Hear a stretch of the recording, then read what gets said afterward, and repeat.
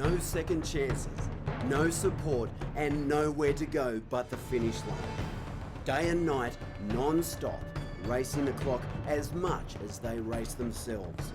Across 4 continents and countless challenges. The ultimate prize is simply surviving. The journey, the tears, and the triumphs. Welcome to Wild Races. So far, Ecuador has broken some of the world's elite, and after almost 400 kilometres, it's the final brutal legs to the finish.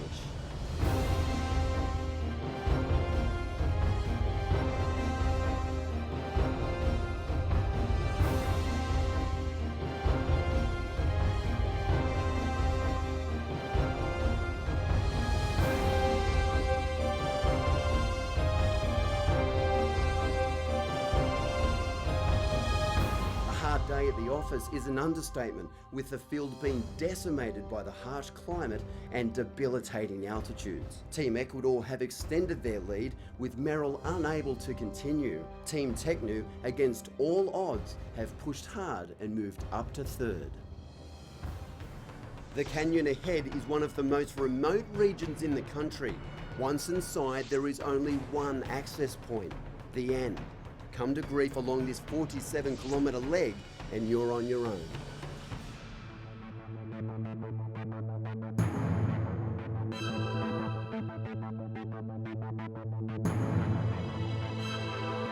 It's pretty wild down there. It's nice, lots of really cool river crossings.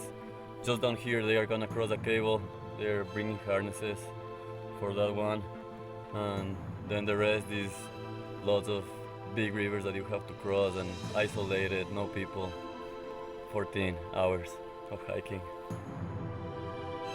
I have picked up a new friend here in the jungle of Ecuador. When night comes, everything moves slower, as you know, so yeah, it will go slow, I think. It's gonna be a long night for sure.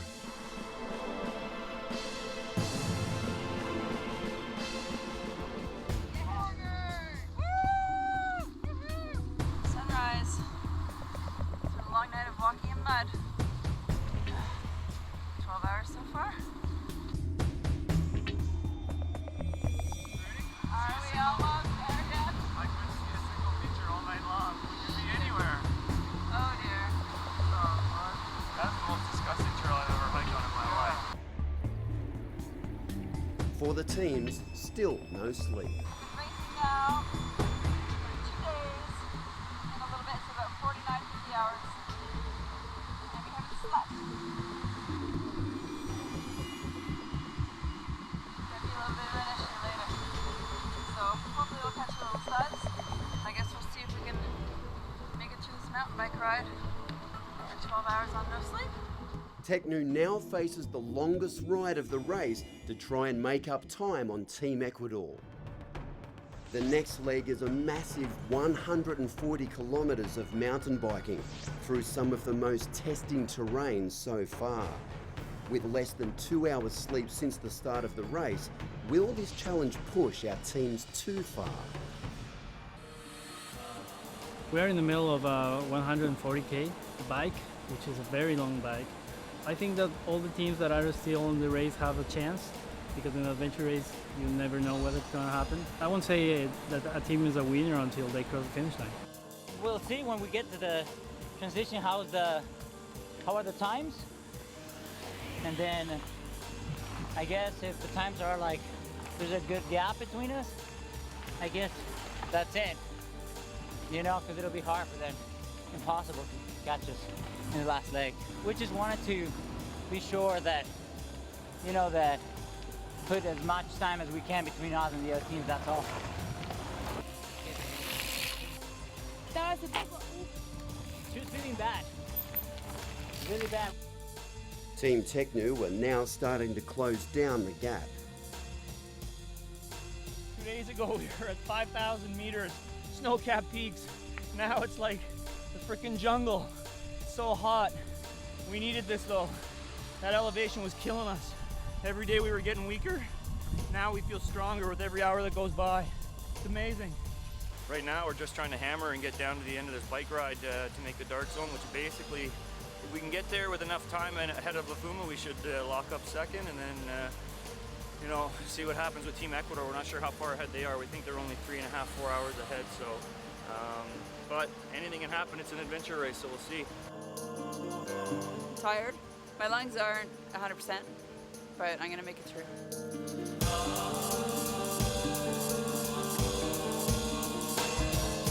Up ahead, Team Ecuador finally on the tarmac.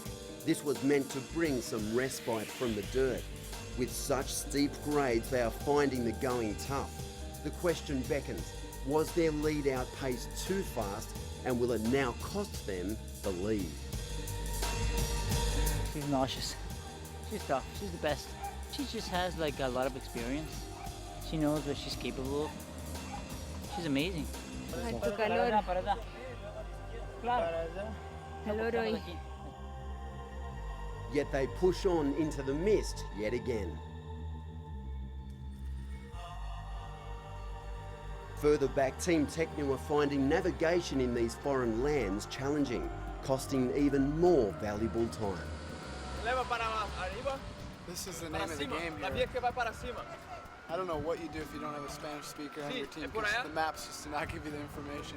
It's like they're a map of another area. So we want to go that way according to our map, but these guys are telling us to go this way. You're probably right.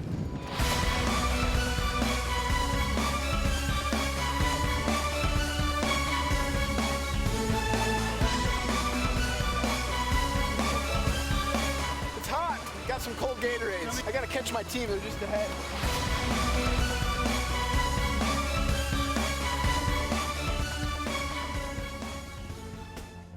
Basically, this is the race right here. We've got to get to the end of this bike as fast as possible. We woke up 3:30 a.m. Saturday to head to the race. Start, now it's noon on Monday. So, with no sleep, it'll take me a couple of seconds to do the math, but we're looking at about 48 plus 6, 54 hours no sleep. Sleep's a funny thing though with adventure racing. Some races you'll go in and you'll need to sleep the first night, you feel so tired, can't keep your eyes open. I think we got lucky in this race. Luck is a relative thing in adventure racing, and with nightfall comes more navigation challenges. By chance, coming across a local village is more a stroke of luck than good management, as navigation at night after no sleep is a near impossible task.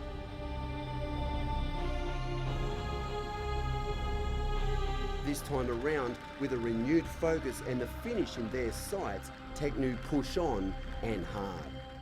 The next legs are too dangerous in the dark, so teams face a mandatory rest stop known as a dark zone. The next 8K is short, though a brutal challenge lies ahead.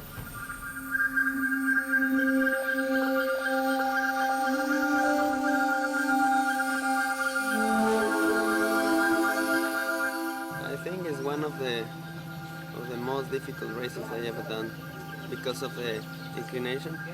2,000 meters, I think, is the total climbing of the race, and a lot of downhill too. The altitude, but I love this. About the pace, I think the truth is that we just thought that we had teams on our tail, like all the time, so we just try to skip from them, like, and we were like, oh, they're there, they're close, no, we have to push, they're close, we have to push, all the time. And I guess that kept us in that pace, but pretty much it was just like running away from everybody, because we know they're like awesome athletes, and we've seen them race, and they're like so strong, so it's just like, this is how it is, you know, we take advantage of being locals. We need to rest now. We have a very high spirit, and we're very much motivated, and we just want to finish. Team Techno pushed to their limits and Team Ecuador way past theirs. It's a matter of mutual respect and strength of will to survive the last few hours. Just woke up after a 4-hour nap, our first sleep of the race, so felt pretty good. The dark zone is lifted for us 10 minutes to 7, which is in about maybe 30-40 minutes. We like the idea of putting the finish line right there. I think Team Ecuador called that one. And here we are in second place, a couple hours from the finish line, with third place fairly far behind, we hope. Comes down to two things. Navigation got dialed after that stage 2, and the second thing is relentless forward motion. Didn't matter how bad we were feeling, we took care of each other and kept pushing forward, sharing the workload amongst the 4 teammates. This course was really well put together. It had everything. Like, we were up high mountains on the first day. It was beautiful, stunning terrain, tricky navigation, which obviously caught us up for a little while. Then coming down out of the mountains just over the next 2 to 3 days, just been continuous sights and sounds. That's why we do it, man. It's like all of everything that you feel when you're in these places. You know, the cold, the heat, the friendliness of the people, even the water. You know, you crash through some of the rivers. It's all part of the whole grander experience, and feeling kind of the communities and the cultures that you're traveling through. So yeah, tremendous race. The guys done a really good job here. Just the sense of accomplishment getting to the finish line is awesome. So that's the biggest reward when we do this. And all those moments that are like, what am I doing? I could be at home on the couch reading my book. It's the finish line that makes it worth it.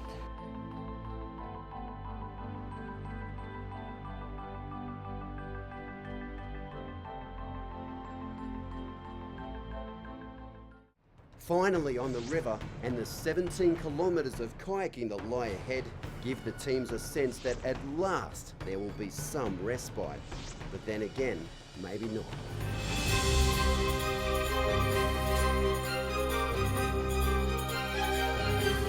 We're walking to the river to do the last part of the race, which is just a small paddle, and yeah, we're excited.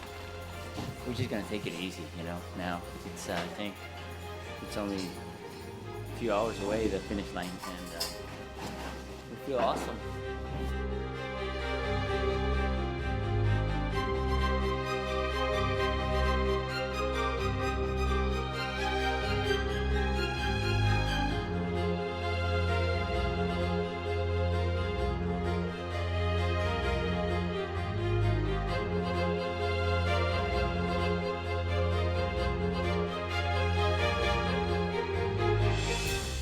Is very heavy.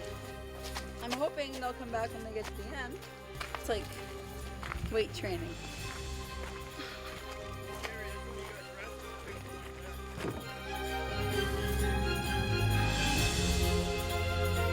Good thing it's the end of the race, you can blow up. Looking like a good old portage.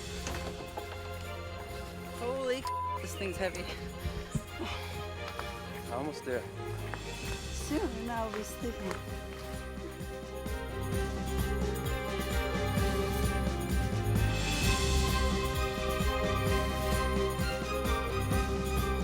These guys are amazing. This girl is amazing.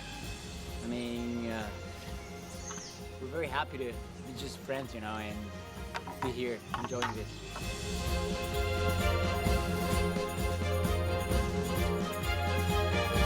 Winning in adventure racing is important for me, but not the most important. The most important is to share with my friends, to know the people, to know the country, to live the adventure. That's my spirit. Not only winning on the podium. That stuff is important, but for me is only live the adventure. That's my pleasure.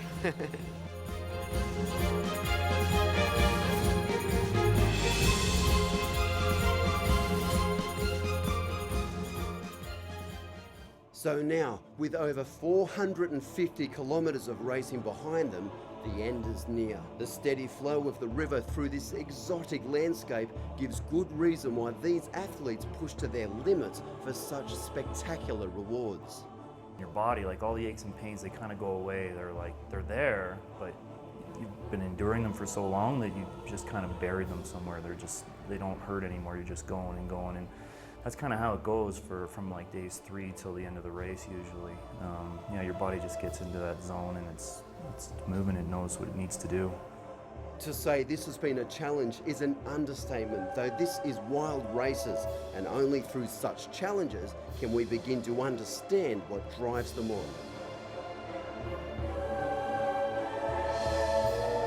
For the victors comes the spoils, the saying goes, though over the last few days of brutal competition, there are no losers, only survivors.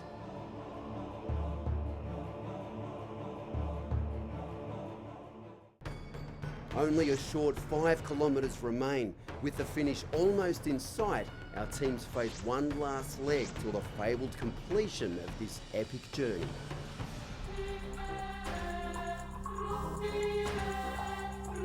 How proud I am of my team? I'm really proud.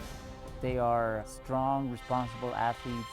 We have a strong friendship. I think that's more important than all the other aspects. We take care of each other. We look up for each other. And we have the same motivation. I think that makes us a good team. It really doesn't matter how your personality is or anything like that. It's more like you just do the necessary things in order for the team to work well. If that requires certain changes in your personality or in the way you do things, well, you do it because you're professional. We knew that we were going to do the best we could. We tried the best we could, and the results came out that way.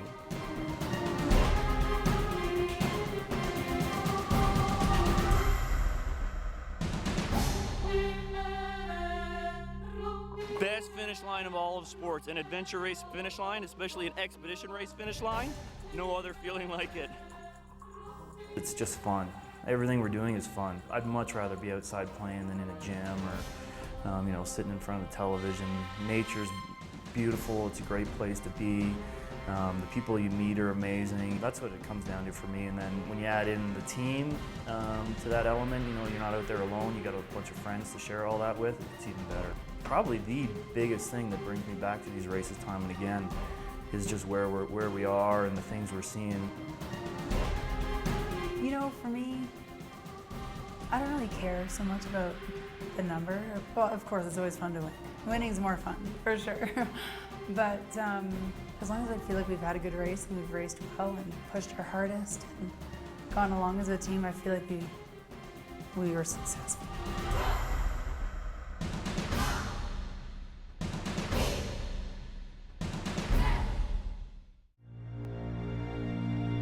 We love being in the outdoors. We love nature and we love what it throws at us, and we love the challenges, and that's a big part of why we get out here and do this stuff. And whatever gets thrown at us, we need to just tackle it and get through it. And nature ultimately is always going to be the big powerful thing, and we're out there to conquer it.